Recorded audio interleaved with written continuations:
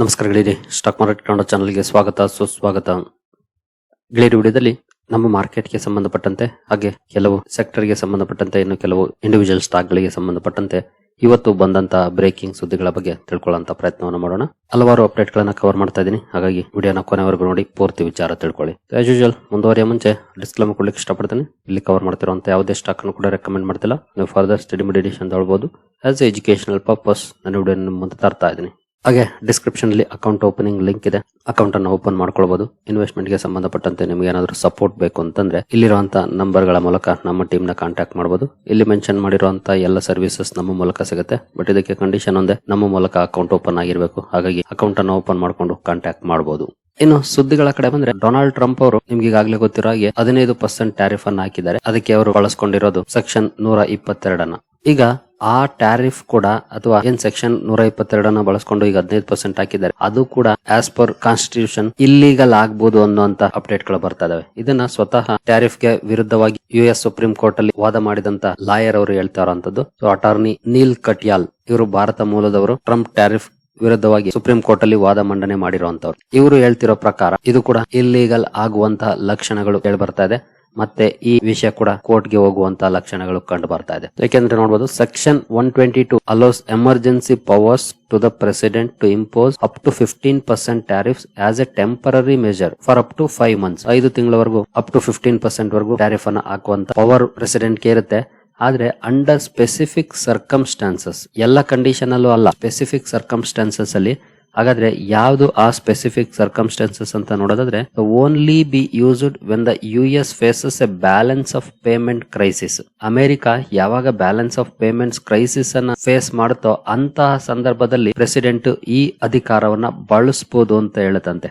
ನೋಡಬಹುದು, ಈ noted that BOP ಅಂದ್ರೆ balance of payment crisis occurs when a country's forex reserves are depleted. ಅಂದ್ರೆ ದೇಶದ ಫಾರೆಕ್ಸ್ ರಿಸರ್ವ್ಸ್ ಕಡಿಮೆ ಆದಾಗ, ಇಂಪೋರ್ಟ್ ಅಂದ್ರೆ ಎಸೆನ್ಷಿಯಲ್ ಗೂಡ್ಸ್ ಅನ್ನ ಇಂಪೋರ್ಟ್ ಮಾಡ್ಕೊಳ್ಳಕ್ಕೂ ಕೂಡ ದೇಶದ ಹತ್ರ ಹಣ ಇಲ್ಲದೆ ಇರುವಂತಹ ಸಂದರ್ಭದಲ್ಲಿ ಅಥವಾ ಫಾರಿನ್ ಡೆಟ್ ಅನ್ನ ಪೇ ಮಾಡಕ್ ಆಗದೆ ಇರುವಂತಹ ಸಂದರ್ಭದಲ್ಲಿ ಮಾತ್ರ ಈ ಅಧಿಕಾರವನ್ನ ಬಳಸಬಹುದು ಅಂತ ಹೇಳುತ್ತಂತೆ ಸೆಕ್ಷನ್ 122. ಆದ್ರೆ ಇಲ್ಲಿ ಅಂತಹ ಪರಿಸ್ಥಿತಿಗಳೇನಿಲ್ಲ. ಬ್ಯಾಲೆನ್ಸ್ ಆಫ್ ಪೇಮೆಂಟ್ ಕ್ರೈಸಿಸ್ ಇಲ್ಲ ಅಥವಾ ಫಾರೆಕ್ಸ್ ರಿಸರ್ವ್ಸ್ ಡಿಪ್ಲೀಟ್ ಆಗಿಲ್ಲ. ಡಿಪ್ಲೀಟೆಡ್ ಅಂದ್ರೆ ಖಾಲಿ ಆಗೋದು, ಈಗೇನು ಖಾಲಿ ಆಗಿಲ್ಲ. ಬಟ್ ಸ್ಟಿಲ್ ಇದನ್ನ ಬಳಸ್ಕೊಂಡು ಇವರು 15% ಟ್ಯಾರಿಫ್ ಹಾಕ್ತಾರೆ ಅಂತ ಅಂದ್ರೆ ಅಗೇನ್ ಇದು ಮತ್ತೆ ಕೋರ್ಟ್ ಹೋಗುವಂತ ಚಾನ್ಸಸ್ ಇರುತ್ತೆ. ಜೊತೆಗೆ Neal Katyal highlighted that the department of justice representing president Trump had itself submitted in court. ಸ್ವತಃ ಟ್ರಂಪ್ ಪರವಾಗಿ ವಾದ ಮಾಡ್ತಿತ್ತಲ್ಲ ಡಿಪಾರ್ಟ್ಮೆಂಟ್ ಆಫ್ ಜಸ್ಟಿಸ್, ಅವರೇ ಇದನ್ನ US ಸುಪ್ರೀಂ ಕೋರ್ಟ್ ಗೆ ಸಬ್ಮಿಟ್ ಮಾಡಿದ್ದಾರೆ. ಏನು, ಸೆಕ್ಷನ್ 122 is fundamentally different from IEEPA. It can only be used in a balance of payment crisis and not as straight tariffs.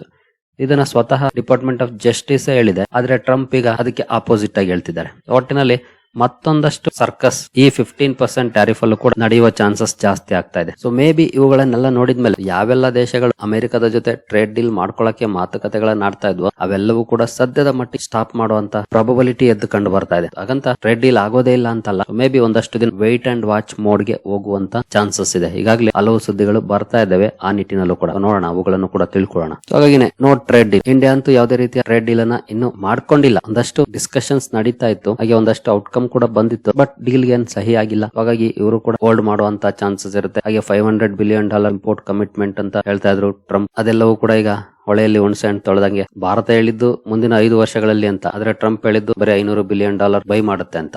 ಅವರು ಅರ್ಧಂಬರ್ಧ ಮಾಹಿತಿನೇ ಕೊಡೋದು ಕೂಡ.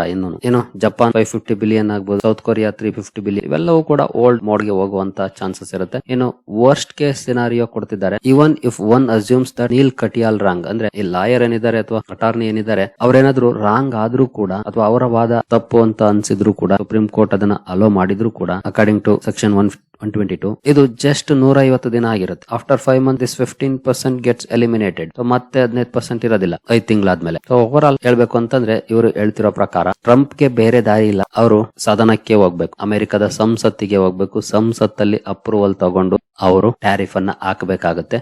ದೇಶಗಳ ಮೇಲೆ. ಬೇರೆ ದಾರಿಗಳು ಸದ್ಯದ ಮಟ್ಟಿಗಂತೂ ಕಾಣ್ತಿಲ್ಲ. ಇನ್ ಕೇಸ್ ಕಂಡ್ರು ಕೂಡ ಅವು ಟೆಂಪರರಿ ಆಗಿರುತ್ತೆ. ಇದೆಲ್ಲ ಆದ್ಮೇಲೆ ಏನಾಗುತ್ತೆ, ಭಾರತ ಕೂಡ ರಷ್ಯಾದ ಜೊತೆಗೆ ಆಯಿಲ್ ಪರ್ಚೇಸ್ ಅನ್ನ ಕಂಟಿನ್ಯೂ ಮಾಡುವಂತ ಚಾನ್ಸಸ್ ಕೂಡ ಇರುತ್ತೆ. ಟ್ರಂಪ್ ಡ್ರಾಮಾಸ್ ಒಂದಷ್ಟರ ಮಟ್ಟಿಗೆ ಎಸ್ಪೆಷಲಿ ಟ್ಯಾರಿಫ್ ಗೆ ಸಂಬಂಧಪಟ್ಟಂತೆ ಅಂತ್ಯ ಆಗ್ಬೋದು. ಬಟ್ ಅನ್ಸರ್ಟನಿಟೀಸ್ ಮುಂದುವರಿಯುತ್ತೆ. ಅದಕ್ಕೆ ಅಂತ್ಯ ಅಂತೂ ಇಲ್ಲ ಡೊನಾಲ್ಡ್ ಟ್ರಂಪ್ ಇರೋವರೆಗೂ. ಬಟ್ ಒಂದಷ್ಟು ಡ್ರಾಮಾ ಟ್ಯಾರಿಫ್ ಗೆ ಸಂಬಂಧಪಟ್ಟಂತೆ ಸ್ವಲ್ಪ ಮಟ್ಟಿಗೆ ಕಡಿಮೆ ಆಗ್ಬೋದು. ಯಾಕಂದ್ರೆ ಟ್ರಂಪ್ ಗೆ ಜಾಸ್ತಿ ದಾರಿಗಳು ಈಗ ಇಲ್ಲ.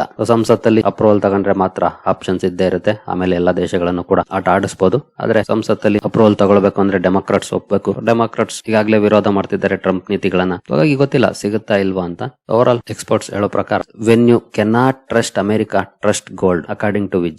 ಜೊತೆಗೆ ನೋಡಬಹುದು, Trump and team repeatedly target India because they hate the extreme success of Indian Americans on their home turf. Ultimately an Indian American Neal Katyal brought them down, he concluded. ಅಂದ್ರೆ ಈ ಎಲ್ಲ ಸುದ್ದಿಗಳನ್ನ ಅನಲೈಸ್ ಮಾಡಿದ ನಂತರ ವಿಕಾಸ್ ವಿಜ್ ಅವರು ಈ ವಿಷಯವನ್ನ ಹೇಳ್ತಿದ್ದಾರೆ. ಭಾರತೀಯರ ಸಕ್ಸಸ್ ಏನಿದೆ ಅಮೆರಿಕದಲ್ಲಿ ಅದವರುಗಳನ್ನ ನಿದ್ದೆಗೆಡಿಸ್ತಿದೆ ಅಂತ ಹೇಳ್ತಿದ್ದಾರೆ. ನೋಡೋಣ ಇನ್ನು ಏನೆಲ್ಲ ಅಪ್ಡೇಟ್ ಗಳನ್ನ ಕೊಡ್ತಾರೆ ನಮ್ಮ ಟ್ರಂಪ್ ಅಣ್ಣ ಅಂತ. ಬಟ್ ಸದ್ಯದ ಮಟ್ಟಿಗೆ ಈ ರೀತಿ ಅಪ್ಡೇಟ್ ಗಳು ಬಂದಿದೆ. ಬಟ್ ಅನ್ಸರ್ಟನಿಟೀಸ್ ಅಂತೂ ಯಾವುದೇ ಕಾರಣಕ್ಕೂ ನಿಲ್ಲಲ್ಲ, ಅದು ಮುಂದುವರಿಯುತ್ತೆ. ಇನ್ನು ಎಐ ರೆವಲ್ಯೂಷನ್ ಗೆ ಸಂಬಂಧಪಟ್ಟಂತೆ ಸುನಿಲ್ ಸಂಗೈ ಅವರು ಕೆಲವು ವಿಷಯಗಳನ್ನ ಹಂಚಿಕೊಂಡಿದ್ದಾರೆ. ನೋಡಬಹುದು, powering the AI revolution ₹200 lakh crore opportunity for capital markets. 200 lakh ಕೋಟಿ ಅಪರ್ಚುನಿಟಿ ಅಂತ ಹೇಳ್ತಿದ್ದಾರೆ ಕ್ಯಾಪಿಟಲ್ ಮಾರ್ಕೆಟ್ಸ್ ಗೆ. ಇವ್ರು ಹೇಳ್ತಿರೋದು ಇನ್ಫ್ರಾಸ್ಟ್ರಕ್ಚರ್ ಗೆ ಸಂಬಂಧಪಟ್ಟಂತೆ ಕೂಡ ಇದೆ. ಅದರಲ್ಲೂ ಎಐ ಇನ್ಫ್ರಾಸ್ಟ್ರಕ್ಚರ್ ಗೆ ಸಂಬಂಧಪಟ್ಟಂತೆ ನೋಡಬಹುದು. Before someone jumps in to say that the backbone of an AI movement is technological advancement and coding brilliance, I would politely disagree. ಅಂದ್ರೆ ಯಾರಾದ್ರೂ ಬ್ಯಾಕ್ ಬೋನ್ ಆಫ್ ಎಐ ಅಂತಂದ್ರೆ ಅದು ಟೆಕ್ನಾಲಜಿಕಲ್ ಅಡ್ವಾನ್ಸ್ಮೆಂಟ್ ಹಾಗೂ coding brilliance ಅಂದ್ರೆ ನಾನು ಅದನ್ನ ಒಪ್ಕೊಳ್ಳಲ್ಲ ಅಂತ ಹೇಳ್ತಾರೆ. ಖಂಡಿತ ಮುಂದಕ್ಕೆ ನೋಡ್ಬೇಕು ಇವ್ರು ಏನ್ ಹೇಳಿದ್ದಾರೆ ಅಂತ, ಆಮೇಲೆ ಗೊತ್ತಾಗುತ್ತೆ. ನೋಡ್ಬೋದು, the real backbone is creation of AI infrastructure, the invisible highway on which AI rides and runs. ಯಾಕಂದ್ರೆ ಎಐ ಮೂವ್ಮೆಂಟ್ ಅಥವಾ ಟೆಕ್ನಾಲಜಿಕಲ್ ಅಡ್ವಾನ್ಸ್ಮೆಂಟ್ ಆಯ್ತು, ಕೋಡಿಂಗ್ ಬ್ರಿಲಿಯನ್ಸ್ ಆಯ್ತು ಅಂದ್ರೆ ಅದನ್ನ ಜನರಿಗೆ ತಲುಪಿಸ್ಬೇಕಲ್ಲ. ಅದಕ್ಕೆ ಬೇಕಾಗಿರೋದೇನು? Infrastructure, AI infrastructure. AI infrastructure ಇಲ್ಲ ಅಂದ್ರೆ ಜನರಿಗೆ ತಲುಪಿಸಕ್ಕೆ ಸಾಧ್ಯ ಆಗುತ್ತೆ. ಫಾರ್ ಎಕ್ಸಾಂಪಲ್, ನಾವ್ ಇಲ್ಲಿಂದ ಒಂದ್ ಕಡೆ ಹೋಗ್ಬೇಕು ಅಂದ್ರೆ ರೋಡ್ ಇರಬೇಕು, ಅಥವಾ ಟ್ರೈನ್ ಅಲ್ಲಾದ್ರೂ ಹೋಗಕ್ ಸಾಧ್ಯ ಇರಬೇಕು, ಅಥವಾ ಫ್ಲೈಟ್ ಅಲ್ಲಾದ್ರೂ ಹೋಗಕ್ ಸಾಧ್ಯ ಇರಬೇಕು. ಒಂದು ಟ್ರಾನ್ಸ್ಪೋರ್ಟ್ ಬೇಕಲ್ಲ. ಅದೇ ರೀತಿ ಎಐಗೂ ಕೂಡ ಜನ ಬಳಸಬೇಕು ಅಂದ್ರೆ ಅದಕ್ಕೆ ಇನ್ಫ್ರಾಸ್ಟ್ರಕ್ಚರ್ ಬೇಕು, ರೋಡ್ ಬೇಕು. ರೋಡ್ ಅಂದ್ರೆ ಇನ್ಫ್ರಾಸ್ಟ್ರಕ್ಚರ್, ಡೇಟಾ ಸೆಂಟರ್ ಆಗ್ಬೋದು, ಪವರ್ ಆಗ್ಬೋದು, ಕೂಲಿಂಗ್ ಆಗ್ಬೋದು, ಸಾಕಷ್ಟು ಇನ್ಫ್ರಾಸ್ಟ್ರಕ್ಚರ್ ಬೇಕಲ್ಲ, ಡೆವಲಪ್ ಮಾಡಬೇಕಲ್ಲ. ಇಂಟರ್ನೆಟ್ ಆಗ್ಬೋದು, ಇದೆಲ್ಲವೂ ಕೂಡ. ಹಾಗಾಗಿ ಇದನ್ನ 200 ಲಕ್ಷ ಕೋಟಿ ಅಪರ್ಚುನಿಟಿ ಅಂತ ಹೇಳ್ತಿದ್ದಾರೆ. ಯಾಕಂದ್ರೆ ಚಾಟ್ ಬೋಟ್ ನಾವು ಕೇಳಿದ್ದಕ್ಕೆ ಆನ್ಸರ್ ಮಾಡ್ಬೇಕು ಅಂದ್ರೆ ಅದರ ಹಿಂದೆ ಸರ್ವರ್ಸ್ ಇರಬೇಕು. ಇದಕ್ಕೆ ಸಾಕಷ್ಟು ಅವಶ್ಯಕತೆಗಳಿರುತ್ತೆ. ನೋಡಬಹುದು, ಇಲ್ಲೇ ಇದೆ. AI infrastructure spans multiple areas, land and buildings, massive electricity generation capacity, distribution grid, cooling facilities, chips, memory and storage devices, fiber and spectrum to build networks, software, its upgrades, data centers, physical and cyber security. ಇವೆಲ್ಲವೂ ಬೇಕಾಗುತ್ತೆ. ಜೊತೆಗೆ ಇದರ ಜೊತೆಗೆ availability of skilled talent and finally the oxygen of it all capital, ಬಂಡವಾಳ. ಇಷ್ಟೆಲ್ಲ ಬೇಕಾಗುತ್ತೆ. ಬರೀ AI ಅಂತ ಹೇಳ್ಬಿಟ್ರೆ ಸಾಕಾಗೋದಿಲ್ಲ. ಎಐ ಟೆಕ್ನಾಲಜಿಕಲ್ ಅಡ್ವಾನ್ಸ್ಮೆಂಟ್ ಅಥವಾ ಕೋಡಿಂಗ್ ಇದ್ರೆ ಸಾಲದು, ಅದಕ್ಕೆ ಇನ್ಫ್ರಾಸ್ಟ್ರಕ್ಚರ್ ಕೂಡ ಬೇಕು ಅಂತ ಹೇಳ್ತಾರೆ. ಈ ಎಲ್ಲ ಸೆಕ್ಟರ್ಸ್ ಅಲ್ಲಿ ಅವಕಾಶಗಳಿರುತ್ತೆ. ಹಾಗಾಗಿ ಇವರು 200 ಲಕ್ಷ ಕೋಟಿ ಅವಕಾಶ ಅಂತ ಹೇಳ್ತಾ ಇರೋದು. ಈಗ ನೀವು ಫೋಕಸ್ ಮಾಡಬೇಕಾಗಿರೋದು ಇಲ್ಲೆಲ್ಲ ಎಲ್ಲಿ ಫಂಡಮೆಂಟಲ್ಸ್ ಚೆನ್ನಾಗಿದೆ, ಯಾವ ಕಂಪನಿಯ ಫಂಡಮೆಂಟಲ್ಸ್ ಚೆನ್ನಾಗಿದೆ, ಯಾವ ಕಂಪನಿಯ ಅರ್ನಿಂಗ್ಸ್ ಗ್ರೋತ್ ವಿಸಿಬಿಲಿಟಿ ಚೆನ್ನಾಗಿದೆ, ಯಾವ ಕಂಪನಿ ಎಐ ಇನ್ಫ್ರಾಸ್ಟ್ರಕ್ಚರ್ ಗೆ ಸಂಬಂಧಪಟ್ಟ ಆರ್ಡರ್ಸ್ ಅನ್ನ ಪಡ್ಕೊಳ್ತಿದೆ, ಇದೆಲ್ಲವನ್ನ ಗಮನಿಸಿದ್ರೆ ನೆಕ್ಸ್ಟ್ ಭರ್ಜರಿ ರಿಟರ್ನ್ಸ್ ಅನ್ನ ಗಳಿಸುವಂತ ಅವಕಾಶ ನಿಮಗೆ ಸಿಗುತ್ತೆ. ಯಾರು ಇವರು ಸ್ಟಾಕ್ ಗಳನ್ನ ಹೇಳೋದಿಲ್ಲ, ಈ ರೀತಿ ಥೀಮ್ ಗಳನ್ನ ಹೇಳ್ತಾರೆ. ಸ್ಟಾಕ್ ಗಳನ್ನ ನಾವು ಫೈಂಡ್ ಮಾಡಬೇಕು. ಇನ್ನು ನೆಕ್ಸ್ಟ್ ಈ ಕಡೆ ನಾವು ಬರೋದಾದ್ರೆ US ಇರಾನ್ ಗೆ ಸಂಬಂಧಪಟ್ಟಂತೆ they may attack in 2 days. ಬಹುಶಃ 2 ದಿನದಲ್ಲಿ ಅಮೆರಿಕ ಇರಾನ್ ಮೇಲೆ ಅಟ್ಯಾಕ್ ಮಾಡಬಹುದು ಅಂತ ಹೇಳ್ತಿದ್ದಾರೆ. ಯಾರು? ex-CIA officer. ಇವರು ಮೇ ಬಿ 2 ದಿನದಲ್ಲಿ ಅಮೆರಿಕ ಅಟ್ಯಾಕ್ ಮಾಡಬಹುದು ಅಂತ ಹೇಳ್ತಿದ್ದಾರೆ.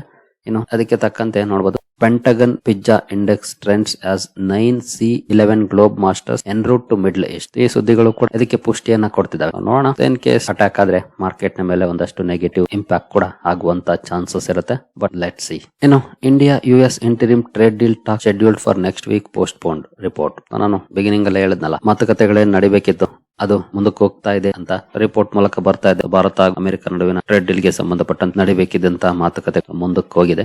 ಈವನ್ ಯುರೋಪಿಯನ್ ಯೂನಿಯನ್ ಕೂಡ ಮುಂದಕ್ಕೆ ಹಾಕಿದೆ ಮಾತುಕತೆಗಳನ್ನ. ಅದ್ರ ಬಗ್ಗೆ ಕೂಡ ರಿಪೋರ್ಟ್ ಮೂಲಕ ಸುದ್ದಿಗಳು ಬರ್ತಾ ಇದ್ದಾವೆ. ಇನ್ನು ನೆಕ್ಸ್ಟ್ ನಮ್ಮ ಸುಂಕಪ್ಪನ ಬಗ್ಗೆ ಅಮೆರಿಕನ್ಸ್ ಏನ್ ಹೇಳ್ತಿದ್ದಾರೆ ಅನ್ನೋದ್ರ ಬಗ್ಗೆ ಒಂದು ಪೋಲನ್ನ ಮಾಡಿದ್ದಾರೆ. ನೋಡುದು, most Americans unhappy with Donald Trump's policies, 60% oppose tariffs. ಸುಮಾರು 60% ಜನ ಟ್ಯಾರಿಫ್ಸ್ ಅನ್ನ ಅಪೋಸ್ ಮಾಡಿದ್ದಾರೆ. ಜೊತೆಗೆ ಅದು ಅಷ್ಟೇ ಅಲ್ಲ, ನೋಡಬಹುದು 65% disapproves of Trump's inflation and tariff management. Inflation ಹಾಗೂ ಟ್ಯಾರಿಫ್ ಮ್ಯಾನೇಜ್ಮೆಂಟ್ ಏನು ಇದೆ ಟ್ರಂಪ್ ಕಡೆಯಿಂದ, ಅದನ್ನ 65% ಜನ ಸರಿ ಇಲ್ಲ ಅಂತ ಹೇಳಿದ್ದಾರೆ, ಡಿಸಪ್ರೂವ್ಡ್. ಹಾಗೆ ಟ್ರಂಪ್ ಅವರ ಓವರ್ ಆಲ್ ಡಿಸಪ್ರೂವಲ್ ರೇಟಿಂಗ್ ಕೂಡ 60% ಇದೆ. ಹಾಗೆ ನೋಡಬಹುದು, Americans show limited trust in both Trump and Democrats. Trump ಅನ್ನೋರು ನಂಬ್ತಾ ಇಲ್ಲ, ಡೆಮಾಕ್ರಾಟ್ಸ್ ಅನ್ನು ನಂಬ್ತಿಲ್ಲ. ಪಾಪ ಆಪ್ಷನ್ ಇಲ್ಲದೆ ವೋಟ್ ಹಾಕ್ಬಿಟ್ಟವ್ರೆ. ಏನು ಮಾಡಕ್ಕಾಗಲ್ಲ, ನೆಕ್ಸ್ಟ್ 3 ವರ್ಷ ತಡ್ಕೊಳ್ಳೇಬೇಕು ಇವನ ಮಂಗಾಟಗಳನ್ನ ಅಮೆರಿಕನ್ಸ್. ನಾನು ಬಿಗಿನಿಂಗ್ ಅಲ್ಲಿ ಹೇಳಿ ಟ್ರಂಪ್ ಇಲ್ಲ ಅಮೆರಿಕನ ಉದ್ಧಾರ ಮಾಡ್ತಾರೆ ಇಲ್ಲ ಹಾಳು ಮಾಡ್ತಾರೆ ಅಂತ. ಮೇ ಬಿ 2ನೇ ಆಪ್ಷನ್ ಹತ್ರ ಬರೋ ತರ ಕಾಣ್ತಾ ಇದೆ. ಯಾಕಂದ್ರೆ ಅಮೆರಿಕನ್ಸ್ ಟ್ರಂಪ್ ನ ನಂಬ್ತಿಲ್ಲ, ಬೇರೆ ದೇಶಗಳು ಅಮೆರಿಕನ ನಂಬ್ತಿಲ್ಲ. ಸದ್ಯದ ಪರಿಸ್ಥಿತಿ ಹೆಂಗಿದೆ. ಏನೋ ಕೆಲವು ಇಂಡಿವಿಜುವಲ್ ಸ್ಟಾಕ್ ಗಳ ಕಡೆ ಬಂದ್ರೆ, ಅದಾನಿ ಪೋರ್ಟ್ಸ್ ಹಾಗೂ NMDC MOU ಮಾಡ್ಕೊಂಡಿದ್ದೇವೆ ನೋಡಬಹುದು. To develop iron ore blending hub at Gangavaram port. Gangavaram port ಅಲ್ಲಿ ಐರನ್ ಓರ್ ಬ್ಲೆಂಡಿಂಗ್ ಹಬ್ ಅನ್ನ ಡೆವಲಪ್ ಮಾಡ್ಲಿಕ್ಕೆ ಅದಾನಿ ಪೋರ್ಟ್ಸ್ ಹಾಗೂ NMDC ಒಪ್ಪಂದವನ್ನ ಮಾಡ್ಕೊಂಡಿದ್ದಾವೆ. ಸರಿ ಗಳಿರಿ. ಹಾಗೆ ನಿಮ್ಗೆ ಏನಾದ್ರು ಸ್ಟಾಕ್ ಮಾರ್ಕೆಟ್ ಬಗ್ಗೆ ಕಲಿಯುವಂತ ಆಸಕ್ತಿ ಇದ್ರೆ ನಮ್ಮ ತರಬೇತಿ ಕಾರ್ಯಕ್ರಮ ಇದೆ. 6 ತಿಂಗಳ ಕಾರ್ಯಕ್ರಮ ಆಗಿರುತ್ತೆ. ಇಂಟ್ರೆಸ್ಟ್ ಇರೋರು ಸೇರ್ಕೊಳ್ಬಹುದು. ಇಲ್ಲಿ ಯಾವುದೇ ರೀತಿಯ ಸ್ಟಾಕ್ ರೆಕಮೆಂಡೇಶನ್ ಇರೋದಿಲ್ಲ, ಆದ್ರೆ ಒಂದು ಒಳ್ಳೆ ಕಂಪನಿಯನ್ನ ಹೇಗೆ ಆಯ್ಕೆ ಮಾಡಬೇಕು, ಫಂಡಮೆಂಟಲ್ ಅನಾಲಿಸಿಸ್ ಹೇಗೆ ಮಾಡೋದು, ಟೆಕ್ನಿಕಲ್ ಅನಾಲಿಸಿಸ್ ಹೇಗೆ ಮಾಡೋದು, ಹಾಗೆ ಫಂಡಮೆಂಟಲ್ಸ್ ಅಂಡ್ ಟೆಕ್ನಿಕಲ್ಸ್ ಅನ್ನು ಇಂಟಿಗ್ರೇಟ್ ಮಾಡಿ ರೈಟ್ ಟೈಮ್ ಎಂಟ್ರಿ ಎಕ್ಸಿಟ್ ಗಳನ್ನ ಹೇಗೆ ಫೈಂಡ್ ಮಾಡೋದು, ಈ ಎಲ್ಲ ವಿಷಯಗಳನ್ನ ಒಳಗೊಂಡಿರುತ್ತೆ. ಪ್ಯೂರ್ಲಿ ಇದು ಎಜುಕೇಶನಲ್ ಕಂಟೆಂಟ್ ಆಗಿರುತ್ತೆ. ಜೊತೆಗೆ ಲೈಫ್ ಲಾಂಗ್ ಸ್ಟಾಕ್ ಮಾರ್ಕೆಟ್ ಜರ್ನಿಯಲ್ಲಿ ಉಪಯೋಗಕ್ಕೆ ಬರುವಂತ ಕಂಟೆಂಟ್ ಅನ್ನ ಹೊಂದಿರುತ್ತೆ. ಇಂಟ್ರೆಸ್ಟ್ ಇರೋರು ಇಮೇಲ್ ಮೂಲಕ ಸಂಪರ್ಕ ಮಾಡಬಹುದು. ಸರಿಗಳಿರಿ, ಈ ಎಲ್ಲ ಅಪ್ಡೇಟ್ಸ್ ನಿಮಗೆ ಇಷ್ಟ ಆಗಿದೆ ಅಂದ್ಕೊಳ್ತೀನಿ. ಹಾಗೆ ಡಿಸ್ಕ್ರಿಪ್ಷನ್ ಅಲ್ಲಿ ಅಕೌಂಟ್ ಓಪನಿಂಗ್ ಲಿಂಕ್ ಇದೆ, ಅಕೌಂಟ್ ಅನ್ನು ಓಪನ್ ಮಾಡ್ಕೊಳ್ಬಹುದು. ಮುಂದಿನ ವಿಡಿಯೋದಲ್ಲಿ ಸಿಗೋಣ. ಅಲ್ಲಿವರೆಗೂ ಜೈ ಹಿಂದ್, ಜೈ ಕರ್ನಾಟಕ.